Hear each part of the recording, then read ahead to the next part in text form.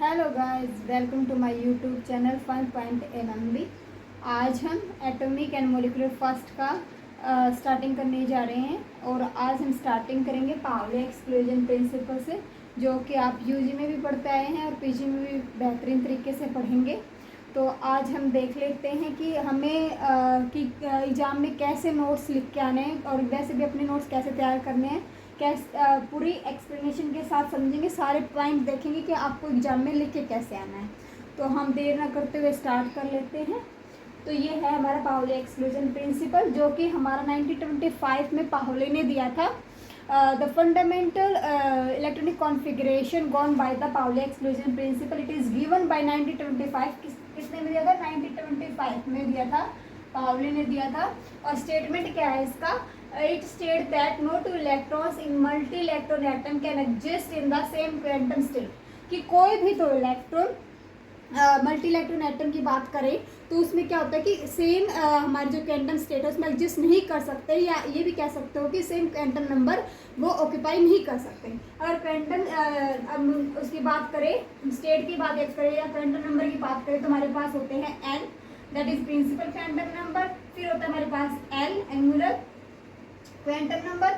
फिर होता है एस, स्पिन क्वांटम नंबर। और फिर होता है हमारे पास m l, is the magnetic orbital quantum number, and m s is the magnetic spin quantum number. तो हमारे पास ये 5 होते हैं। तो दो इलेक्ट्रॉन अगर बात करें मल्टी इलेक्ट्रॉन एटम की, तो उसमें से दो इलेक्ट्रॉन के कभी भी ये पांचों के पांचों सेम नहीं हो सकते।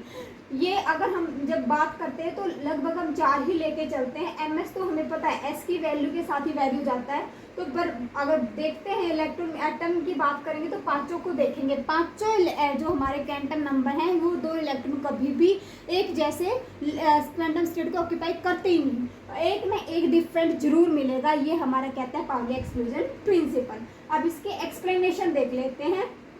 इसी की बेस पे हम आगे जो हमारे हैं क्वेश्चन है वो भी सोल्व करेंगे कि कैसे ये जो हमारे क्वांटम स्टेट है वो वेरी करती हैं। तो अब हम इसकी पहले हम देख लेते हैं सिंप्लिसिटी, जो हमारे वो है एक्सप्लेनेशन देख लेते हैं कि उन्होंने एक्सप्लेन कैसे किया, कैसे हम इसके बेस पे हमारे फर्मियोन और बोसोन को बाद में क्लासीफाई किया गया by using the Pauli exclusion principle. अब हम इसको देख लेते हैं। Explanation: We can formulate Pauli exclusion principle on the basis of exchange of symmetry of wave function describing a system of identical particles। कि हम इसको एक्सप्लेन कर पाते हैं। हम लेंगे कि एक जो सिस्टम लेंगे, सिस्टम में जो हमारे होंगे आइडेंटिकल पार्टिकल होंगे। आइडेंटिकल पार्टिकल बोले जैसे दो पार्टिकल हैं तो आपको ये नहीं पता चलेगा कि कौन सा पार्टिकल कौन सी स्टेट में, क्योंकि वो आइडेंटिकल है। क्योंकि हमारी जब क्वांटम आई थी उससे क्लासिकल से मूव हुए थे हम क्वांटम में, तो हमने ये माना था कि जो हमारे पार्टिकल्स हैं वो आइडेंटिकल्स होते हैं इन एटम में, न कि हम उनको वो ये नहीं बोल सकते कि वो उनको हम आइडेंटिफाई कर सकते हैं। हमने क्वांटम के अकॉर्डिंग आइडेंटिकल मानते हैं कि हम ये नहीं बता सकते कि कौन सा पार्टिकल कौन सी स्टेट पे है। तो इनकी एक्सचेंज ऑफ सिमेट्री करेंगे कि हम क्या करेंगे, हो सकता है कि psi1 अगर दो पार्टिकल ले 1 और 2 और वेव फंक्शन ले 2 psi1 एंड psi2, तो हम ये नहीं कह सकते कि psi1 में ए वाला इलेक्ट्रॉन है या बी वाला इलेक्ट्रॉन psi2 में। तो ये हमें नहीं पता होता। एक्सचेंज ऑफ सिमेट्री के हिसाब से हम लेके इसको एक्सप्लेन करेंगे आज। तो हम सिंप्लिसिटी के लिए अगर हम देखें तो सिस्टम है उसमें बहुत से आइडेंटिकल पार्टिकल्स हम लेके जा सकते हैं, बट अगर हम केस लें सोल्व करने के लिए तो हम सिंपल लेके चलेंगे सबसे पहले, क्योंकि वो तो कॉम्प्लिकेशन बढ़ा देगा हमारे लिए। तो हम क्या लेंगे, सिंपल केस लेंगे जिसके अंदर हमारे 2 आइडेंटिकल पार्टिकल्स होंगे। तो आगे हमें लिखना है for simplicity consider system of 2 identical particles and ignore there mutual interaction. कि हम है ना सिस्टम लेंगे जिसके अंदर 2 ही आइडेंटिकल पार्टिकल्स होंगे और जो उनमें जो म्यूचुअल इंटरेक्शन है वो हम इग्नोर कर देंगे, क्योंकि उसके अगर हम म्यूचुअल इंटरेक्शन को लेके चलेंगे तो उससे हमारा क्या होगा, जो एनर्जी फंक्शन एक और क्या हो जाएगा, एड ऑन हो जाएगा। उससे क्या होगा, हमें आगे डिस्क्राइब करने में थोड़ी डिफिकल्टी आएगी। तो हम एक बार के लिए इसको क्या कर देते हैं, इग्नोर कर देते हैं। तो अब हम हैमिल्टन लिखेंगे सच सिस्टम के लिए। तो हम क्या लिखते हैं, the Hamilton for such system can be written as. आपको पता है कि हैमिल्टन क्या होता है, सम ऑफ एनर्जी होता है, kinetic energy plus potential energy. तो अब हम इसको ऑपरेटर के फॉर्म में लिखेंगे, काइनेटिक एनर्जी को और पोटेंशियल एनर्जी को। Then H and for Hamiltonian, तो minus H cut square by 8 pi square M delta 1 square plus V x1 y1 z1 z1। ये आप डेल्टा 1 इसलिए रिप्रेजेंट किया गया कि अगर हमने 2 आइडेंटिकल पार्टिकल लिए तो ये 1 के हैमिल्टन को रिप्रेजेंट करता है। 1 हमने सब्सक्रिप्ट लगाया है for first particle and second use करेंगे हम सेकंड पार्टिकल। जो हमारी पोटेंशियल एनर्जी है वो x1 y1 z1 के साथ साथ स्पिन का भी फंक्शन लिया है हमने। अब हम सेकंड हैमिल्टन लिखेंगे ऐसे ही minus square upon 8 pi square M delta 2 square plus V x2 y2 z2 and s z2। ये हमारे सेकंड पार्टिकल के लिए हमने हैमिल्टन लिख दिया। तो अगर हम ओवरऑल देखें तो हमारा टोटल जो हैमिल्टन है for the system because it have 2 particles so it is sum of two Hamiltons H1 plus S2 where H1 and S2 are Hamilton operator for non-interacting particle 1 and 2। क्योंकि H1 और S2 हम क्या है हमारा हमने Hamilton non interacting particle के लिए इसलिए बोला है क्योंकि अगर हम नॉन इंटरेक्टिंग पार्टिकल नहीं लेंगे तो इसके अंदर एक टर्म और एड ऑन हो जाएगी एनर्जी वाली H12 that is due to the interaction between the particle 1 and 2। इसीलिए हमने पर्टिकुलरली बोला था कि जब हम सिस्टम लेंगे तो वो क्या होगा वो जो पार्टिकल्स होंगे उनका जो हम म्यूचुअल इंटरेक्शन है वो इग्नोर कर देंगे। तो अब आगे देख लेते हैं। तो अब हमें पता है कि एनर्जी हमेशा क्या होती है एडिटिव होती है नेचर, तो इसलिए हमने हैमिल्टन ऑपरेटर को क्या किया है ऐड किया है। बट हम वेव फंक्शन की बात करें तो हमें पता है मल्टीप्लिकेटिव होता है नेचर, तो हमने क्या किया अब टोटल वेव फंक्शन लिखना है तो हम क्या करेंगे the wave function for such system can be written as. हमारे पास कितने पार्टिकल हैं 2 हैं, एक को हमने फर्स्ट नाम दिया एक को सेकंड नाम दिया। तो ऐसे हम कंपोजिट वेव फंक्शन लिखेंगे जो कि ऑल कोऑर्डिनेट को कंज्यूम करेगा चाहे वो स्पेशियल हो चाहे वो स्पिन हो। तो it is a total wave function contains all the coordinates either be spatial और आइदर बी स्पिन।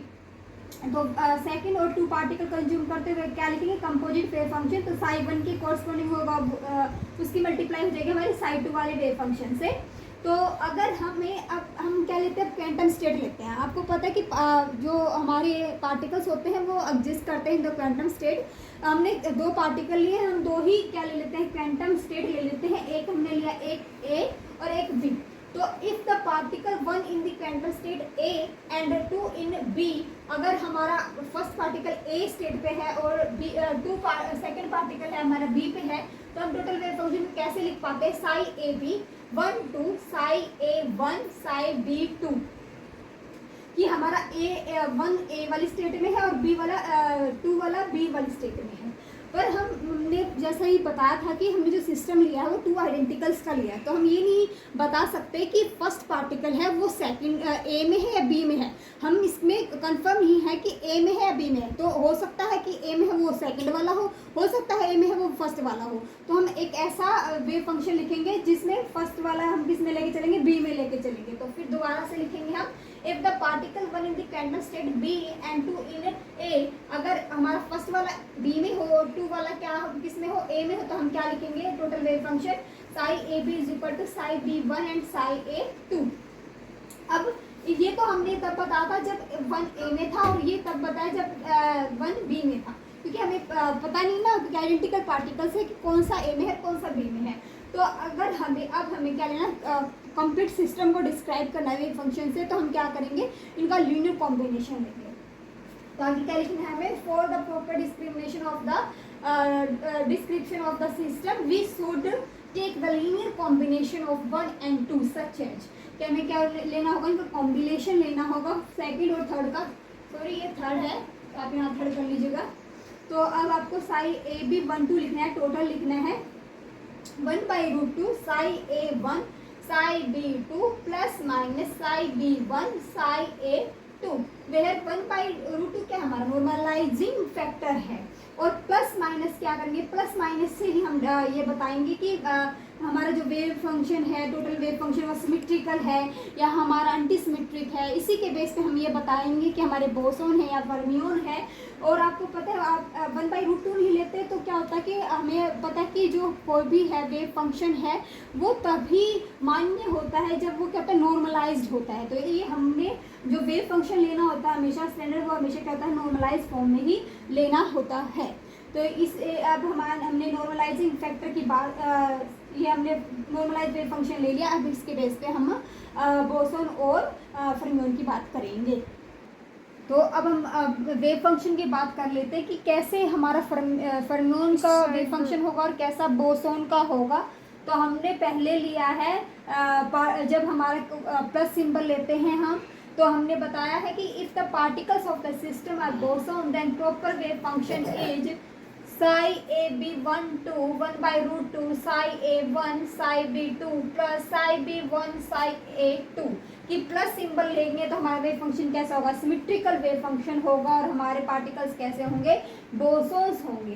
पर if particles are fermion then proper wave function is, अगर पार्टिकल हमारे फर्मियोन होते हैं तो हमारा वेव फंक्शन कैसा होगा, वो होगा हमारा एसिमेट्रिक वेव फंक्शन होगा। और उसके लिए हमारा वेव फंक्शन लिखा जाएगा psi ab1 2 1 by root 2 psi a1 psi b2 minus psi b1 psi a2।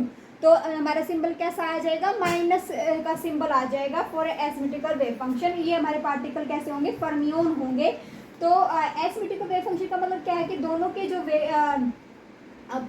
Particle हैं वो दोनों एक स्टेट पे एग्जिस्ट कर ही नहीं सकते। तो अगर हम दोनों स्टेट को इक्वल ले लेते, मतलब क्या कि both particles in the same quantum state, कि हमने जो पार्टिकल्स लिए थे 1 and 2 वो सेम क्वांटम स्टेट में आ जाए। जैसे ये हमारा बी था और ये ए था, दोनों ही पार्टिकल 1 and 2 इस पे आ जाए, 1 and 2 दोनों ही क्या तो ए पे आ जाए या बी पे आ जाए, तो हमारा क्या होता है कि wave function for boson not equal to 0 होता है। बट फर्मियोन के केस में देखें तो 0 होता है, क्योंकि देखो ए को अगर हम यहाँ बी से कर दें और तो क्या हो जाएगा, तो कैंसिल हो जाएगा ना, तो कैंसिल हो जाएगा तो हमारा टोटल वेव फंक्शन कैसा आ जाएगा, proper wave function for fermion 0 आ जाएगा अगर दोनों ही एक स्टेट पे एग्जिस्ट करे तो इससे हमारा आगे का क्या निकलता है, इससे हम ये बता सकते हैं कि whereas two boson can exist in same quantum state. ये बोसोन की अगर बात करें तो total wave function not equal to 0 था जब हम सेम क्वांटम स्टेट पे हम पार्टिकल की एग्जिस्ट होने की बात कर रहे थे।